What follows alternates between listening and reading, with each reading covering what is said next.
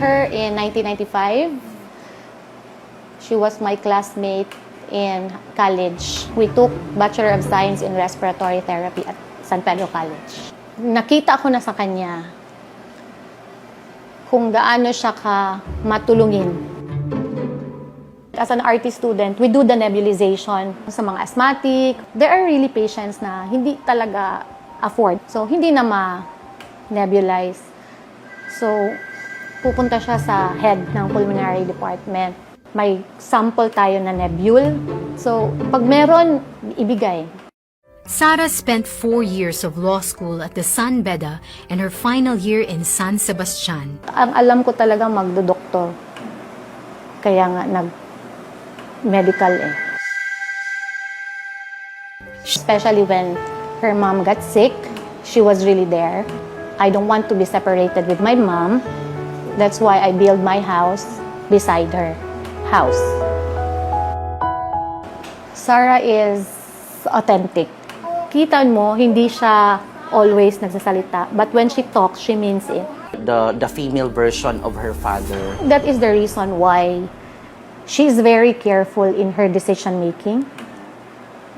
Because she is the family name Duterte. May reputation siya, may pangalan siya na kailangan protect. Hindi nakikita ng lahat ng tao yung tulong na ginagawa niya. Ang sitwasyon po sa aking anak, meron po siyang clip lip. Hindi siya agad makadede kasi yung ano niya, yung sa bibig niya, lumalabas yung gatas patungo dito sa ilong. Sumingi po ako ng tulong kang Ma'am Inday. Oh, bakit ba ngayon mo lang ipanakita yung anak mo sa akin? Eh, dapat noon pa. Napakalaking tulong po talaga si Mayor Inday. Sa kapakarami ng problema natin sa buhay, minsan naisip natin na wala na talaga tayong malalapitan. Si Mayor Inday lang yun ang aking nilalapitan pagkat labi nagipit na kipit na. Gusto ko sanang lumatid kayo ng Sara ng personal kung maaari. Sabi ko, takita ko yung ID ko sa kanya. Kung saan ako ng disgrasya, sinabi ko lahat. He was operated in Manila for 4 times. Medyo hindi maganda yung result. Chenebes talya lang ele na ano ba Aurelia si Chenebes tabla lang ele makarabya man este vida ba sina kay tamira taminga jud suyo lisod. Sir, akyat daw kayo sa taas. Gusto daw kayo nakausap ni Non Sara. Sabi niya, anong kailangan mo sa akin? Gusto ko sana hingi ng tulong na pang-opera. Huwag ka nag-alala, sasagutin ko yung gagastusin mo.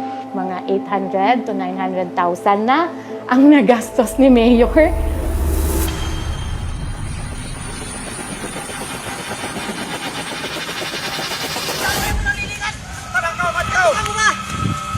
You remember yung the C-130 crash? It was Mayor Sara's initiative to transfer the severely injured or wounded soldiers dito sa Davao.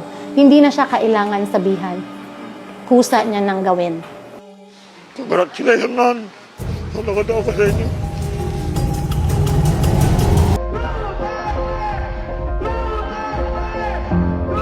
Dili ako ang pinakamaayo nga mayor.